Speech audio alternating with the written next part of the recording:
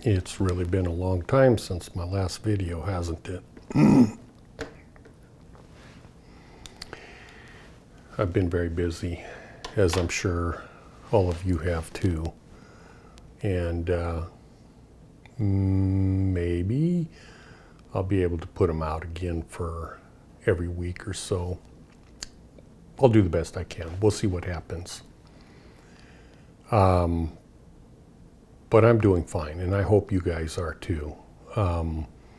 We live in a world right now that has extreme opposites, and trying to find the center is damn near impossible, most especially since you're a loner, if that's your situation, trying to navigate your way through this very difficult time. And when I say this very difficult time, I don't suspect it's going to change for the better anytime soon. So you have to do it yourself. You have to be the one to change what you do and don't like to be able to get through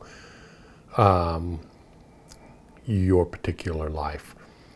Now, in regards to that, a few of the things I wanted to talk to today, and I actually felt like before I made this video that this is going to be a tough one for me to get my thoughts down correctly, but we'll see. We'll hope for the best. To start off, I wanted to relay the concept of a rainbow. By the way, you need to prepare yourself for this video. And when I say prepare yourself, it's like going to a movie. Now, let's take Star Wars, for instance. That's a very fantasy-based movie. Or you could take Star Trek if you're 60 years old or more. But you can take any particular movie like that, and anyone with a modicum of intelligence, before they go to the movie, they think it's just ridiculous and it's a fantasy, and nobody believes it, of course. But when you go and you sit down, excuse me, and you start watching the movie, and as time goes by, it gets more and more,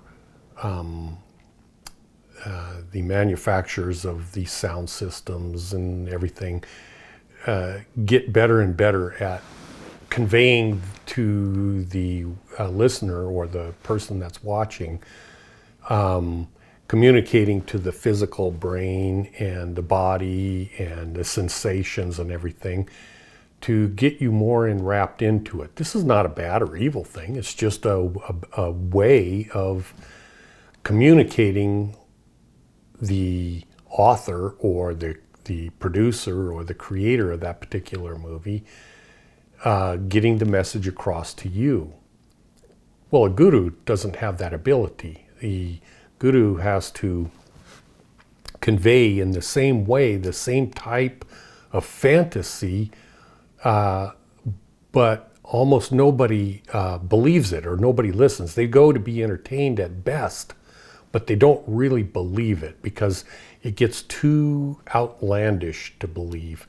And so only kooks, if you will, would believe what a guru is trying to teach, especially if the guru is an enlightened one. And so in that respect, it's a losing battle. But now for the movie industry, they're able to make your chairs rock. For instance, some movie houses, they can lift back, and if you've ever been to Disneyland, you can see, you're immersed in this three-dimensional movie. And when I say three-dimensional, obviously it's not real, but it looks three-dimensional.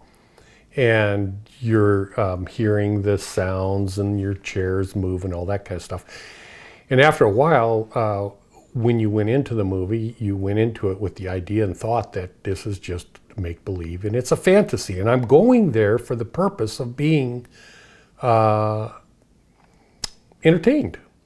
And after half an hour, 45 minutes or whatever, you're into it so deep and suddenly something happens and you jump out of your seat with fear or whatever, because it's like it's a gotcha type moment where it's like, whoa, okay, well, and then that's how people become engrossed in that particular story or movie and everything. They suspend their common conscious awareness of what reality really is in this realm and start to believe what is being conveyed in the movie.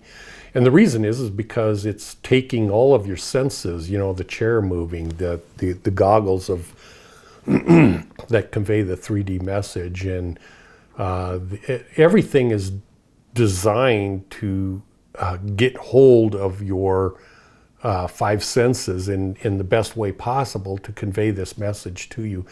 And when you jump out of your seats, you're totally into that reality, even though you know it's not real once you sit back down in your chair.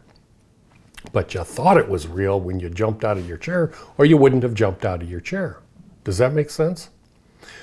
So an enlightened guru is not attempting, but that's their design, is to get you to understand something that your common sense would otherwise tell you, no, that's not real, that's not true.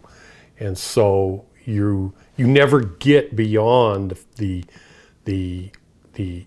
step of where you're currently at, meaning you think this reality is true and you think this and you think that. And for a brief moment, because you read books and everything, and then when an enlightened guru might be talking to you, you might think, oh, well, that certainly sounds like a possibility, but you don't think it's real.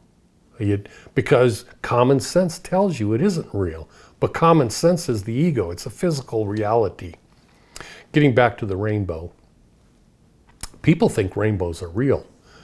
Well, there's pictures of them and everything else, and they don't stop to think that there is no such thing as a rainbow. That in fact, rainbows are created right here inside the physical mind and the brain. And then you interpret that as, oh, look at that beautiful rainbow.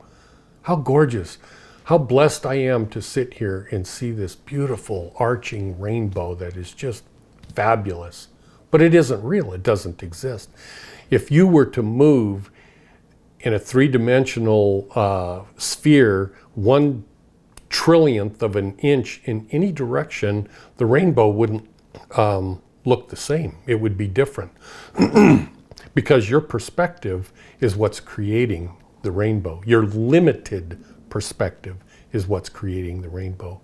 And if you took 1,000,000,000,000 snapshots in a three-dimensional, going back, going forward, going up, down, and in every direction, and if you took 1,000,000,000,000 snapshots of that rainbow over the course of, say, a mile in all directions, and overlaid them, because this is one reality, here's another reality, here's another reality, and here's another reality from this perspective, when you get all done, there's no such thing as a rainbow.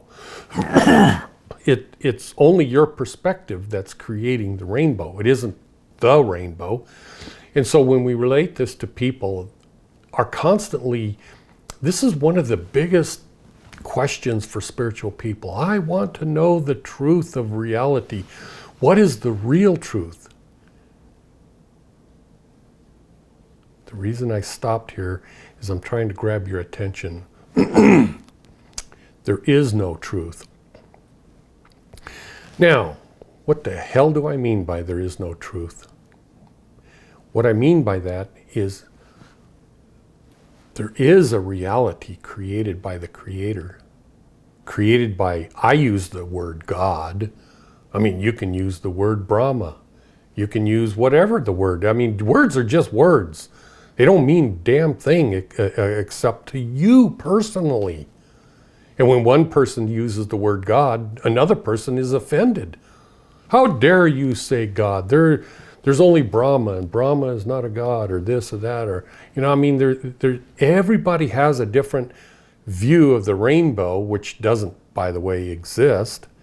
And so I use the word God, and one person's offended, another person is like, oh, what a wonderful, righteous person to use the name God. It's the same thing as when I use the word Jesus, the Christ.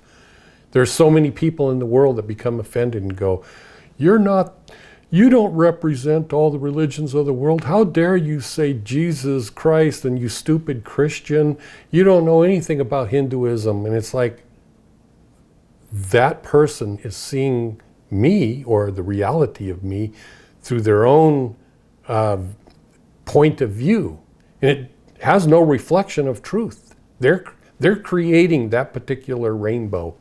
Just because I use Jesus in the names of what I'm trying to convey to you in this spiritual movie, so to say, doesn't mean that I'm a Christian.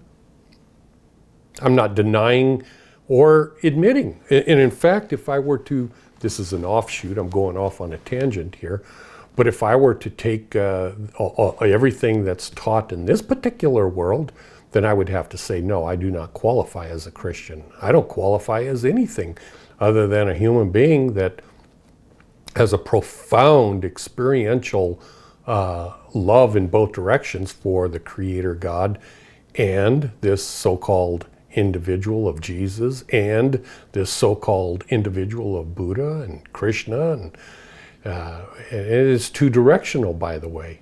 But getting back to the rainbow, there is no such thing as truth, because there is the Creator God, which has created this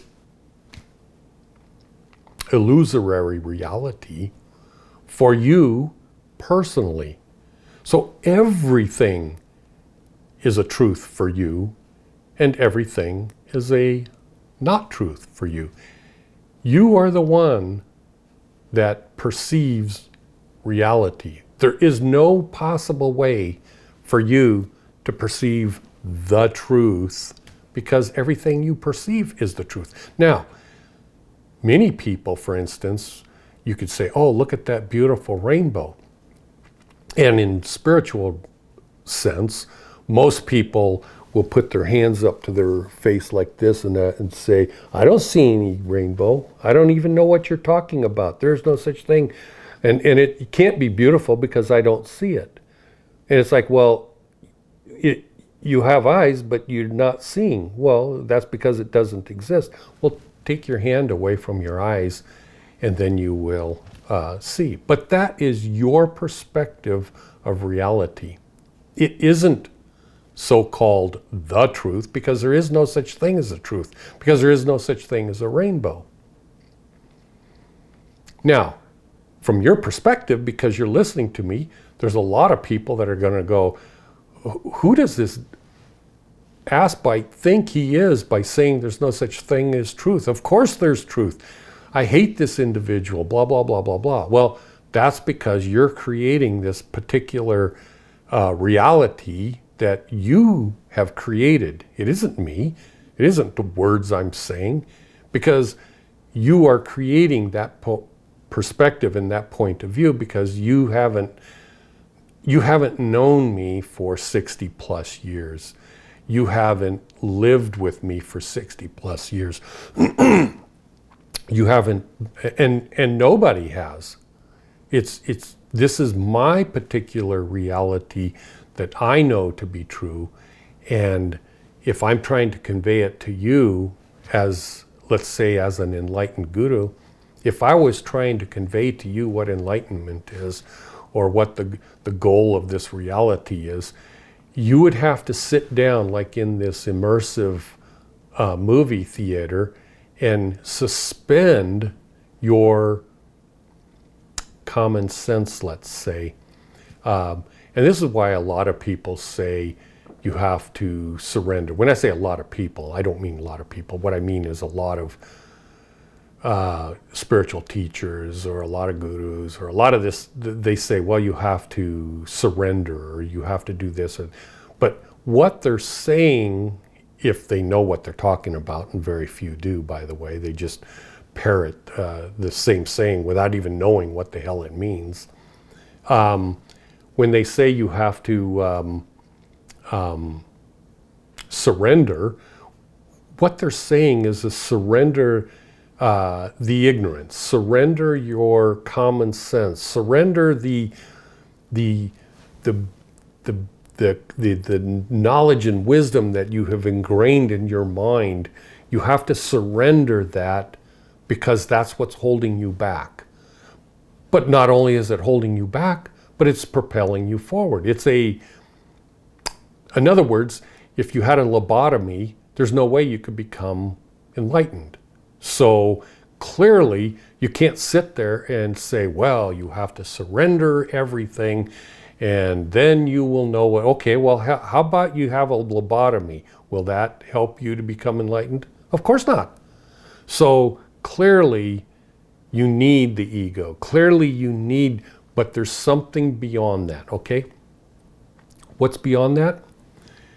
You've heard the name or the identifier of certain so-called individuals that are known as Gnostics.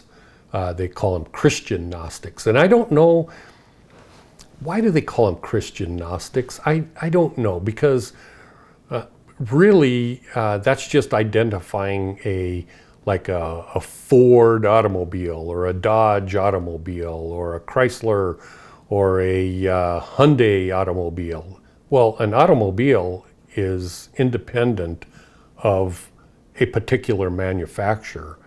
And so a Gnostic is independent of Christianity. It just so happens that there are Christian Gnostics, just as well as there are Gnostics of other particular faiths. But they're extremely rare. And why do I say that? Because a Gnostic is an individual that is born, and as they mature, their brain and their awareness and their learning, and they're starting to grow up, and now they're 5 years old and they're learning how to add 1 + 1 = 2, and they're learning the language skills and this and that, and as they get older, they learn more and more and more and more. Well, what happens is this Gnostic knowing of something that they can't quite define. They're spending their life and their intelligence and their wisdom trying to define something that they know to be true, but so far there's not been a way to define it. So they increase their awareness and their knowledge, and they study, and they on and on and on, and eventually they get to the point where they start being able to recognize visions for what they truly are, and revelations for what they truly are, and all sorts of shall I say, supernatural situations that occur to these type people. And then they start making sense of it, and then they know what they're talking about. And this is how an enlightened person comes about. Because if you were to read or hear stories of a particular people that are truly enlightened, and I don't know how you'd know that unless you were already enlightened, but they typically define the tipping point of, here I was not enlightened and here I was enlightened. Because, I mean, clearly that happened to Buddha. I mean, clearly he wasn't, and after he sat down and determined to die or become enlightened, then he could say, okay, well, that was the tipping point. The problem is, it's never recorded what the tipping point really was. All we know is he was enlightened in the end, but he wasn't beforehand. But those that do define it, I've heard stories, and it makes sense to me, but it only makes sense to me because I know what they're talking about. One particular, I don't even know who it is now, but one particular monk or whoever was watching a bathtub with water dripping into the bathtub, and he was just watching it, drip, drip, drip. And because of that, he became enlightened. Now, Well, I'll just tell you, for me, I've got neck surgery years ago, and because I have whatever, I think riding motorcycles my whole life did it. Probably falling down in the fire service with my air pack on and everything. I was at a fire. I'm getting off on a tangent again, but I was in a warehouse fire, and I swear I could not see 6 inches in front of my face. The smoke was so thick, and I had this hose and everything, and I got enough. I mean, I'm not the Lone Ranger, but I was, kind of by myself. I mean, the other guy was probably 10 foot behind me, and I walked off of a loading dock. It's like 4 or 5 foot down to a concrete floor with a full breathing pack, air pack and everything on. And yeah, I knew I hurt myself, but the macho man fire guy that I was at that particular time just got up and continued. But I knew I was hurt. And anyways, fast forward 20 years, and now I'm going in for neck surgery and stuff like that. But anyways, the bottom line is I was recuperating probably 2 weeks after the neck surgery, and I was laying down, sitting up basically, and contemplating, meditating, and I was watching the morning sunlight come through a window, and it was moving, and it came across the picture, and I stared at that. When I say stared, I mean, it's not like my eyes were just, like that, but I watched this take place, and I just knew that when the sunlight when the last rays of sun went across that picture, that art piece, that piece of art, when the last rays of light left it, I just knew I was going to become enlightened.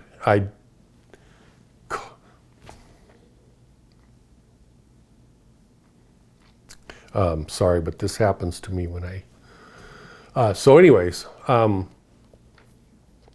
so I knew that when that last ray of light, it was a Gnostic thing. I had known this my whole life. But just because I knew it my whole life didn't mean I was that. And so, as assuredly as that happened, in an instant, enlightenment took place. So, you could tell these stupid stories of 10,000 people. Well, I don't think in the history of this country, mankind, 10,000 people have ever become enlightened. But you could tell every person's story, and that wouldn't do anything to help someone become enlightened. It would just sound crazy. And so, whatever your trigger is, because since there is no such thing as a rainbow, what will it take for you? And if you walk, not you, but people, if they walk around with blinders on or go, no, I don't want to look, or somebody's saying, this is what spiritual reality is and stuff like that, and you I don't want to listen to you because I know what is real because I've read the Bible or I've read the Vedas or whatever. Well, you're not taking advantage of that spiritual teacher. It's like going to the movies and plugging your ears up and just watching what's taking place. Or, you're restricting yourself.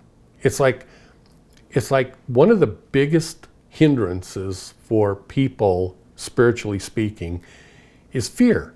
But what is fear? Fear is thinking they're going to lose what they already have. But if they're not enlightened, which they certainly are not, then they have nothing to lose. It doesn't matter that you've spent 30 years studying something and you have PhDs and you're already a spiritual teacher and you're the head of a Sangha group or whatever. It doesn't matter about any of that stuff. If you're not enlightened, you have nothing, absolutely nothing. There's nothing to lose. There's only that to gain. So why don't you listen? Why don't you take your fingers out of your ears and listen? Why don't you suspend your so-called awareness? Why don't you suspend your so-called knowledge and wisdom and intelligence and all of, why don't you suspend those to get engrossed in what somebody like me is teaching? Why don't you sit back and just absorb it all and think that it's real? Why don't you? And I'm not speaking to the I'm not speaking to the people that really are listening. I'm speaking to the world at large that go to church and go to Songhan, do all these things, and they don't suspend their common sense. They don't suspend what they think is real, because that's what's keeping them from becoming aware. That's what's keeping them from realizing that there is no such thing as rainbows. That's what's keeping them from having the experiences that are out there. I mean, I had to look back after my monumental transition, if you will. I had to look back years prior, like 4 or 5 years prior, and go, oh my Lord, I received something that was like biblical. It's like unbelievably supernatural. And at the time I didn't even know what it was. I mean, it didn't make any sense to me whatsoever. I just thought, well, that's weird. And then after transitioning, if you will, then I look back and go, oh my gosh, I didn't understand what that was. And I didn't understand what it was because I refused to turn loose of my hold on reality. And so, yeah. So I think that this video's probably gone on long enough. And boy, if there was anything I could say to you to do, for instance, boy, I was thinking about another concept. I don't want to spend too much time with this because videos get long and blah, blah, blah. But we as human beings and as everyone, we get caught up in our life when we have to. I mean, you would die within a week if you didn't take care of yourself and work and earn a living and feed yourself and all of this kind of stuff. So you absolutely have to be involved in the world. And don't kick yourself for not becoming enlightened, for instance, because think about this for a minute. You take all the known people like Buddha. Let's just take Buddha. Here's an individual that abandoned or betrayed his wife and child for his selfish, narcissistic desires to become enlightened. And because of that, he never became God enlightened. And if he did, it was at the very end of his life, which I believe was recorded in the Lotus Sutra. But be that as it may, that's a reality. And so the only way he could become enlightened was for him to abandon his responsibilities and to get himself in a place where he could just exist. And of course that wouldn't have been possible if he was just a normal person. But as a prince, you have resources that a normal person does not have. And so it's like damn near impossible for a person in this life to have that luxury. For me, I was lucky enough to work my butt off in my youth, and I So for many years, I averaged at the fire department plus working outside well over 100 hours a week of working. And because of that, I was able to retire at 50 years old and spend the next close to 15 years with already under my belt 40 plus years of studying and stuff like that.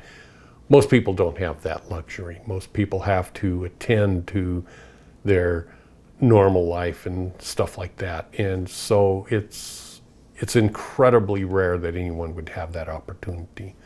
So if you do find someone that has that, like I said, it's good to listen to them, but recognize it's going to be very difficult for you to be able to get yourself, because you're not going to go on a retreat for a week and then go back to your normal rushed life. You're not going to be becoming enlightened by spending a weekend somewhere or doing this or doing that. It just can't happen. I mean, like I say, can it? I suppose it could, but realistically speaking, not really. It's not going to happen. So, but so what? So what? Everything in your life is designed for you. And whatever your situation in life is, don't become frustrated. I know that's kind of that causes frustration in itself when someone says, don't become frustrated. But just recognize that this particular reality is entirely designed for you. By the fact that your avatar exists within a physical body that is observing the rainbow of reality from its own perspective. And that's for you. It's your truth. It isn't anyone else's truth. It's only your truth. The only truth that is universal is love. That is and of course the lack thereof, which would be evil, if you will. But that's the only universal truth. That one speck of it reveals the entirety of it. And so you have to try to define what love is, because a lot of people that are narcissistic or sociopath or stuff like that, they don't have any love in them. They don't know what love is. That's a good example. It's like a psychopath defining what love is. They don't have it within them, but they know how to read a book. They know how to pretend that they love you. They simply don't love you because there's nothing in them that knows what love is or knows what it really is. They can talk about it from a book perspective, but that's the exact same thing of gurus that go around teaching enlightenment that are not enlightened. They don't have the modicum. They don't even have the tiniest bit of that awareness within them, but they can certainly go out there and teach people because they've read the book. They even have PhDs hanging on the wall. So, yeah, I think I will end this video with that. And just tell you that contemplate love. That is the universal truth. And if you're looking to contemplate because you're just going to meditate every now and then, meditate upon a concept that there is no such thing as time and there is no such thing as space. And if there is no such thing as time and there is no such thing as space, then what is there? And if you spent 6 months contemplating that alone, what else is there? If time doesn't exist and space, meaning distance, there's no such thing as distance. Maybe that will help you. Because it is true, by the way. All right. Thank you for watching. I love you, and I hope you have a good day. Bye.